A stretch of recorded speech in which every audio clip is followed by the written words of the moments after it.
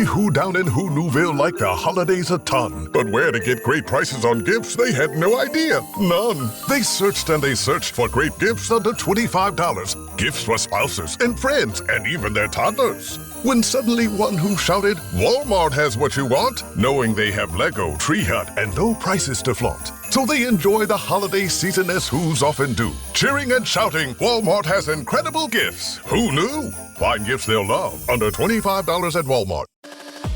This episode is presented by State Farm. Having insurance isn't the same as having State Farm. It's like needing the protection of an offensive guard on the football field, but getting an elementary school crossing guard. Sure, they're both guards, but you can only trust one to keep your quarterback safe when the game is on the line.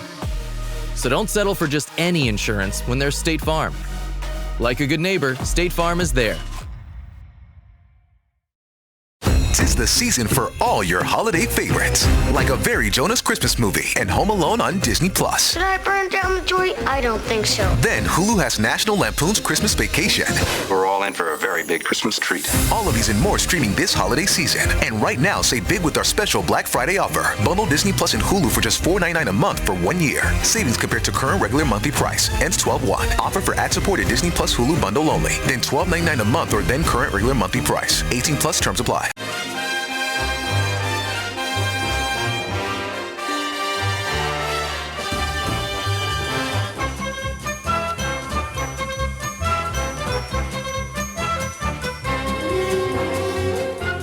Hello everyone and welcome to How Are The Podcast. It's Gav and you join us from the Hilton Garden Inn. We're stood with a beer.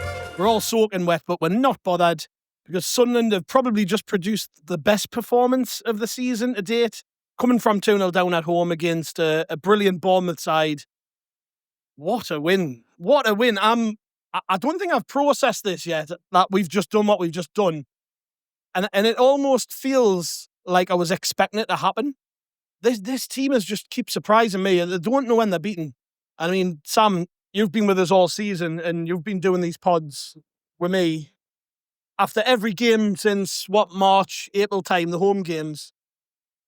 And it almost feels like every time we come here, we're just saying the same thing. It's ridiculous, isn't it? I've got Sam with us, I've got Ant with us, we've got Mike with us, we've got Malk with us, and also Dino, Malk's son. But I'll come to you first, Sam. How's your nerves now you've got a beer and you stood talking about this? Honestly, weirdly fine. I'm usually a bit more pessimistic, but even at 2-0, whenever they scored the second, you were looking at it and I actually thought we played well. We played worse than that and not being 2-0 down. Everton was worse, but even at 2-0, you're thinking we've played all right here. Get a goal first half, and we're believing this team, like you were saying earlier. We sort of expected from them. They don't know when they're beaten. When you've got someone like Xhaka in the middle of the pitch, 2-0 down in the first half, you don't doubt them, and they're always going to perform at this stadium. We know that. Yeah. Mike, you've come a long way to watch that. What were you feeling at 2-0 down? Well, I had about 10 points before I actually went into the stadium, so I just sort of stifled any sort of nerves I had. But as Sam said, I actually wasn't too bothered when we were 2-0 down. I mean, the 2 goals Bournemouth got were sort of from our own mistakes. We'll probably get into it. So I kind of knew, knowing how this season's gone so far, we'd definitely get back into it. And the goal at the start of the second half, just, you knew straight away, we'll win this game. I said to my mate beside me, we'll win this. We might even win 4-5-2, because I don't know what it is this year. They've shown they can come back from anything. And I've so much belief in them now that we can come over any sort of obstacle that's going to be our way this season. I feel like just on a high. Same for you, Malk, having driven a long way. Were you a bit worried at 2-0 thinking, fuck's sake, not again? No, because it was a slip, which was a daft mistake. And then it was a mix-up of communications in the middle of the park after we'd won the ball back, and then we just daftly gave it away. So they hadn't created anything. We created a few bits. I didn't think, they deserved the 2-0 lead. And me and Dino were both quite upbeat, weren't we? Yeah. It was like, let's just get a goal back and see where this goes, because it's not over by a long way. And as we said, I was saying on the way coming out the stadium, it's almost like, we used to say, oh, that's so Sunderland, that is. This is now so Sunderland. We don't know when we're out of it. We don't know when we're kind of giving up. We just don't give up anymore, And it's a fantastic alternative to so Sunderland to have, because that was amazing, But I wasn't worried at 2-0 now. And, they're repaying us for the fate we're having as well, really, aren't they? And you are like me, you get quite... Hey, you laughed here. But, still, at 2-0 down, I was thinking... I agree with Sam. I was thinking, we've actually played all right here. I don't know... I don't really know where that's come from. But that's not a bad thing. Because if you played shit and you're getting beat 2-0, a bit like Man U away, where we weren't great and then we're 2-0 down, you're right. Then the lads had to have a mother's meeting on the pitch and sort it out, and we shored ourselves up.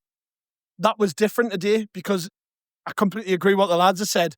We were all right, and I actually think a big reason we got back into the game, obviously the catalyst was the penalty, but it all starts from, I think the lads believed that they played all right, and it was like, actually, hang on, we don't need a mother's meeting on the pitch. We've played all right here. No, you're right. I agree with everyone said. To be honest, I'm struggling at anymore. It was just like, I was more worried about how wet I was getting rather than how bad we were, because we weren't playing badly whatsoever. We had it. Our matron. Well, it's very, very wet. But like you said before, though, like, yes, it's a slip for the first one. The second one, mix up with communication, it's a fantastic finish. You can't take nothing away from that. But we were creating chances, weren't we? Talby had a couple of efforts. I think Isidore had a snapshot, hadn't he? And then, as you said, the catalyst might be the penalty, but you just felt it was coming. You felt that was coming in the first, and we were going to score. And as soon as half-time came in, we all just said we're straight in this. Get one early, which we did, and then it was just a matter of time. And what the Breeze done brilliantly again, made the right subs at the right time. Who would have thought Trey Hume was a winger? Unbelievable. By the way, I don't want to skip too far ahead, but that was great tactical play. Because the lad by me was saying, we went to 5 at the back, and I went, no, this is to give us an outlet. It's to win the headers. And Hume, he doesn't have that pace to get past people. But what he does is he hits it early, and that was what Brobbey probably needed. It was a really, really, I thought it was a really smart move, that. But sort of looking at, look, we went 2-0 down. We started all right. Actually, we played okay. The goals, yeah, you can nitpick at them. Mark, you said about the first one, the slip. That's just unfortunate. Roof's made a hell of a save to actually deny the first opportunity. Under the bar, yeah, it was a great save. It was absolutely the red. Yeah, and then the second goal, I think Talby played it a little bit short, didn't he? And Traore didn't know if he should go to it or not. And then the next thing you know, it's in the back of the net. And to me, that's the difference between the Championship and the Premier League. Both them goals, actually. In the Championship, the keeper makes the save, and then it goes, and then that's it. Still 0-0. And then the second one was just the way it was clinical play by Bournemouth. But this team doesn't know. I've said it before. This team doesn't know when it's beaten, and you just see the way we reacted, and I think that said everything. I mean, wasn't it Ronaldo who won the penalty to what's he doing on that side of the box? But it shows that we're all in it. That we're all trying to get back in the game. And I mean, Sam, what a penalty, by the way. Oh, I mean, he had to wait a long time to take that penalty, because I don't know if we'll touch on him now or later, but the ref was in no rush all game, was he? He was shocked. Lafay had to wait about at least 2 minutes for that penalty. And then it's right next to me, and you know the way he's kicked it. And I saw the keeper dive, but when you get hyped on it like that, no one's saving a penalty like that. It was perfect. Yeah.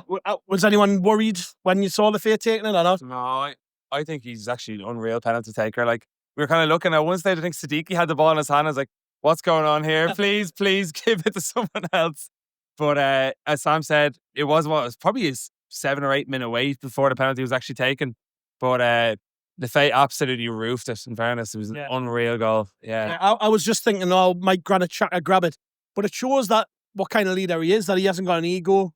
That's right, didn't he, for Switzerland? No, that's right, the week before. He got one a couple weeks ago, so that's it. You'd be confident if he took it, in fairness. Yeah, you'd be confident Jacques was taking it. It's a fantastic penalty.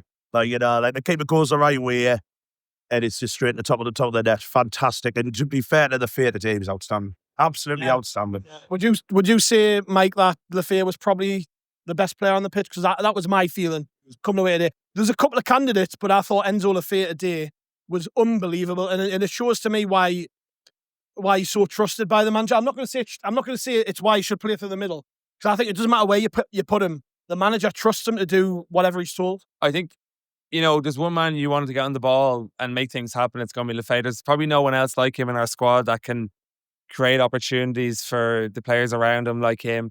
Labrie obviously loves him. I think the fans love him, and you actually have him on the pitch in many ways for set piece situations, like the penalties, like the free kicks, the corners. He's probably becoming nearly our main man in many ways, along with Xhaka. I mean, even last week against Fulham, he was by far the best player on the pitch, in my opinion, as well. He was the only man who looked like something was going to happen. He just has that bit of quality that maybe some of the other lads don't have, and that's going to be huge in the Premier League. You see them, it's just all about moments. Like, we was talking about Bournemouth getting those 2 goals. Bournemouth weren't actually that great, I thought, the first 20. They just had moments, and that's what Lefebvre brings, just those moments in games that we need. Like, yeah. This half-time, Malk, I went down for a pint and missed the goal yet again. That's becoming just my thing now. I keep missing goals. Well, I didn't miss it. I watched it on the TV. The free kick was given, and rather than go up to the concourse and onto the top of the stand and be like, I'll watch it from there, I thought, all right, I'll watch it on the TV. But then I turned to me mate and I went, we're going to score. Yeah, I just had a feeling. And I've been saying for weeks on this podcast, Traore will score soon. It just felt like it's been coming. You said Lefebvre played well down Fulham. I agree. I thought Traore was probably second if there was going to be a pecking order in terms of who played pretty well. And I thought today, there was moments where, I know he's not the quickest, but he just danced strong. People like they weren't there. And I don't know, I had a feeling he was going to get one, and he hit it really, really well. But we'd obviously had a word at half-time, hadn't we? And the lads had said, we need to come out quickly here. We need to get right at them. And that means players probably like Xhaka, Traore, Isidore, if they get them opportunities to just get shots away early, you've got to take it. And I think that's what he did, and that's why we scored.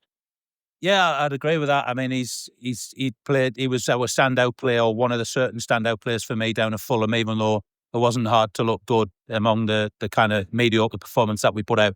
But yeah, he provided width, in terrible conditions. His touch was pretty solid most of the time. And I'm just chuffed for him, because that's going to send him off on a massive confidence boost as well now. I do think it helped that we had proper wingers on both sides, because that stretches the pitch wider.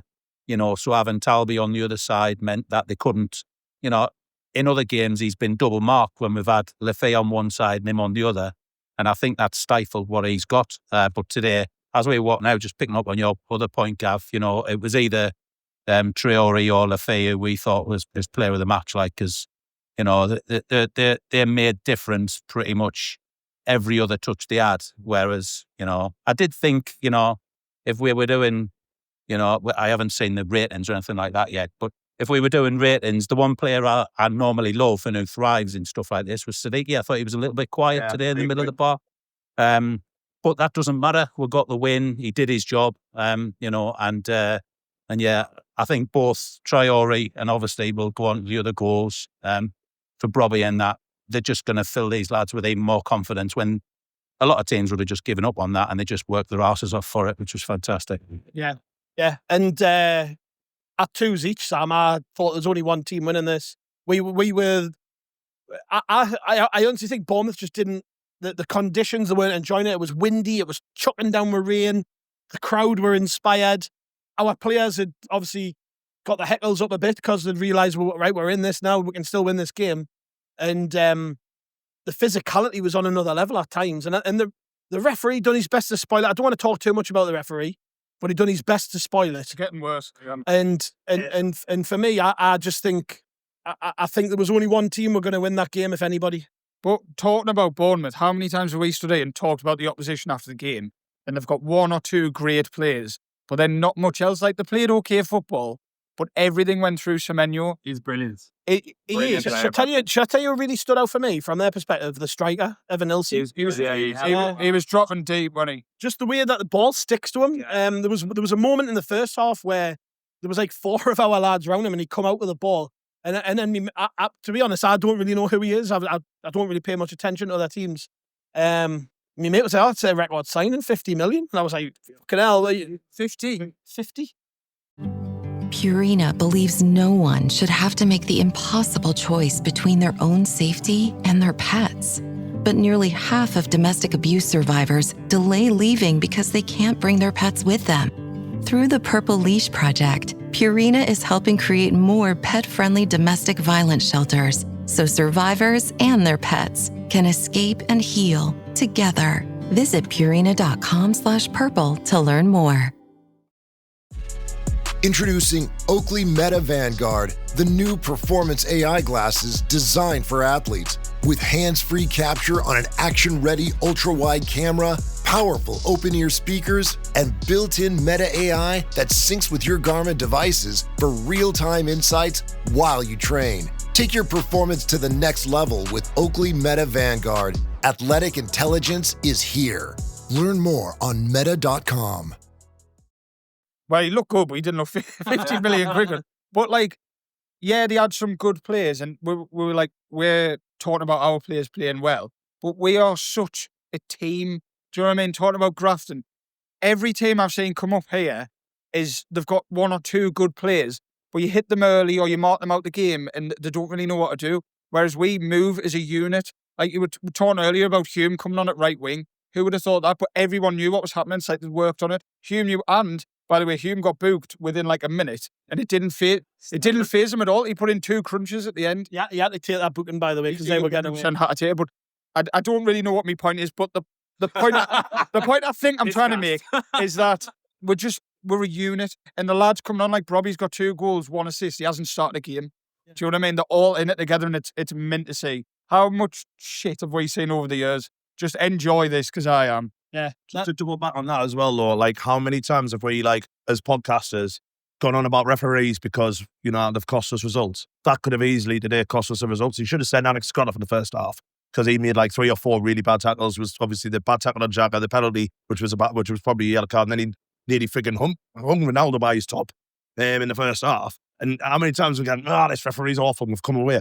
We won 3-2, and it's probably the last thing on everyone's minds, isn't it, really? Yeah, but if we hadn't have won, and we would have been talking more about it. I mean, we will this week. I think we've had 2 games now where the referee has had a bearing on the game. Luckily today, I mean, to be honest, I think once we'd went 3-2 up, and we will talk about the goal in a second, but once we went 3-2 up, Bournemouth lost their heads. They were all over the place. I mean, you even saw it right at the end when they were like, the referee had tried to take the free kick quickly twice, and he wouldn't let him take it. So then he just booted the ball. And I'm thinking that is a yellow card as well, you know what I mean? But their manager sets the tone because he's flying off his line every 2 seconds. Is that just a Spanish thing? Because Arteta was the same the other week. You know, but anyways, you know, I think they lost their heads, but the goalkeeper, by the way, I think we were looking at him in the summer. He is shit. Like, he is so bad. I think he probably should have got the Traore's goal, to be honest. It was in his near post there, and he kind of fuffed it into his net. Like, I mean, I'm so glad we got Robin Roofs over him because he's fucking shit every time I've seen him play. Sorry for curse. Just a little bit as well at the end. Since you mentioned Roofs, thought he was awesome. Yeah. Absolutely brilliant today. And do you know what I liked about him? He was the one setting the tone. He was out screaming and shouting, and I mean, I don't want to dig out Patterson because he's not really on the scene at the minute. But this was one of the things I used to say about him. I say, I wish he was a bit more vocal. I wish he would use his presence more, just make people know he's there. Roofs has got everything. Like, he was brilliant today. But on the 3rd goal, Malk, we get the set piece, the corner, and again I turned to me. I don't know what it is. It's just so much. I've got so much belief in this team. I turned to me mate the size of them. We're going to score. I was saying Ballard, I was going Ballard already, but I was going, we are going to score. Yeah. I just knew it. I didn't think it would be Brobbey, but it didn't matter who scored. I just had this feeling it was going in the back of the net.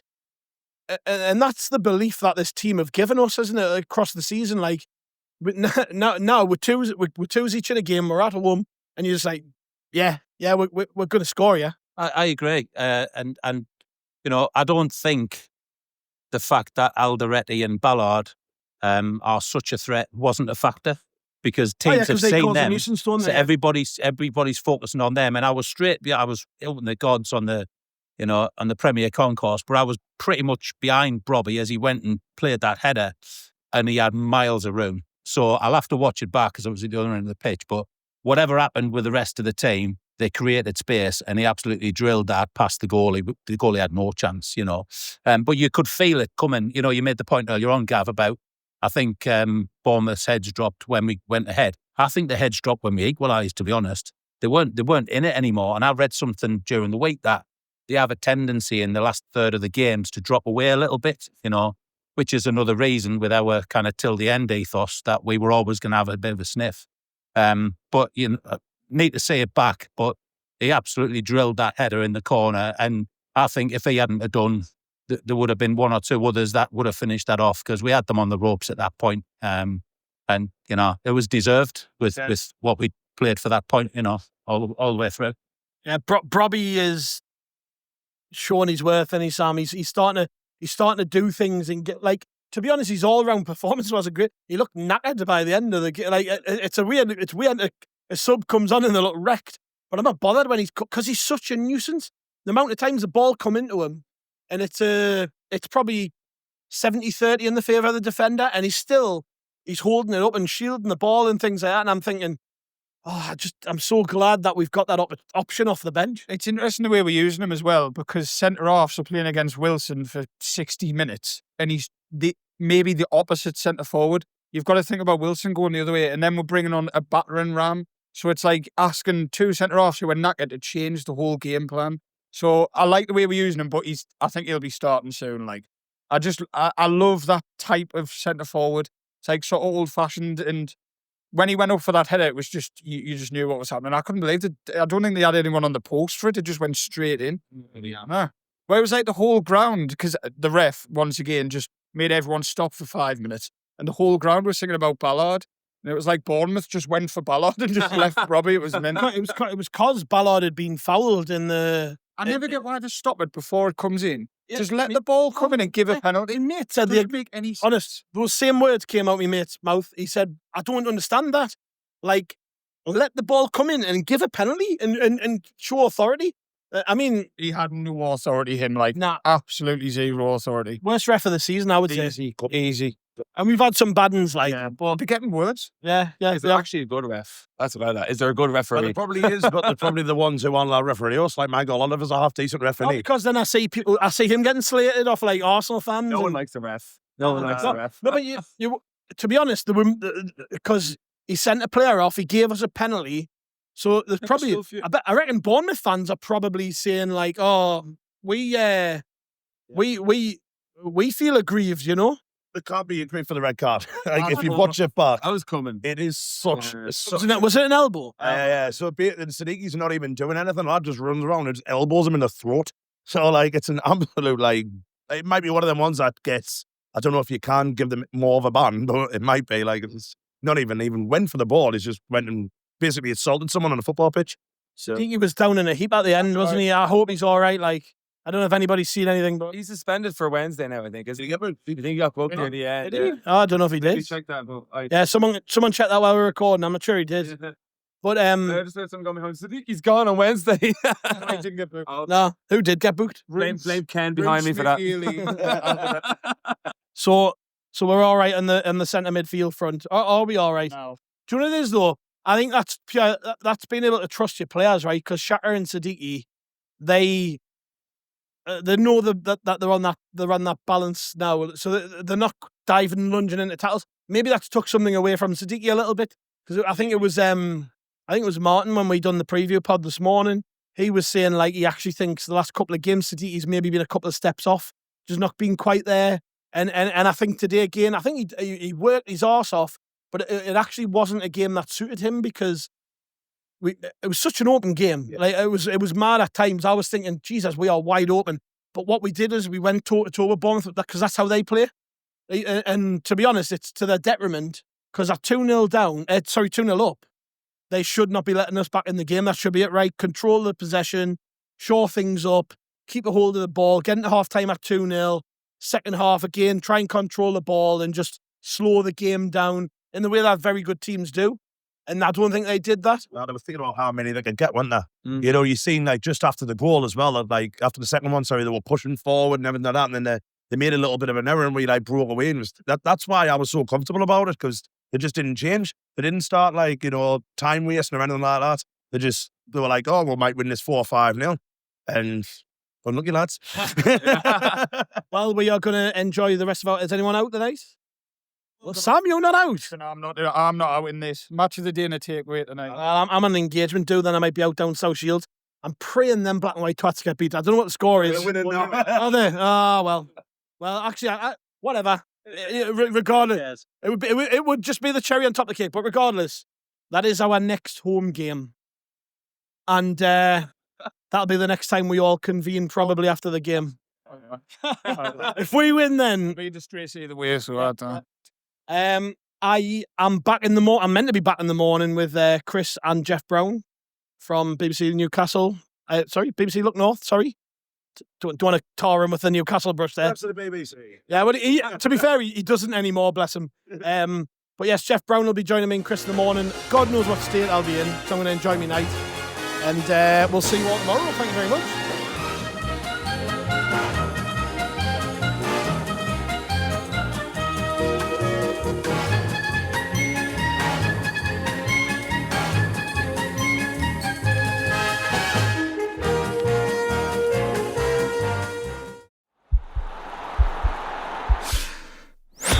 This podcast is part of the Sports Social Podcast Network.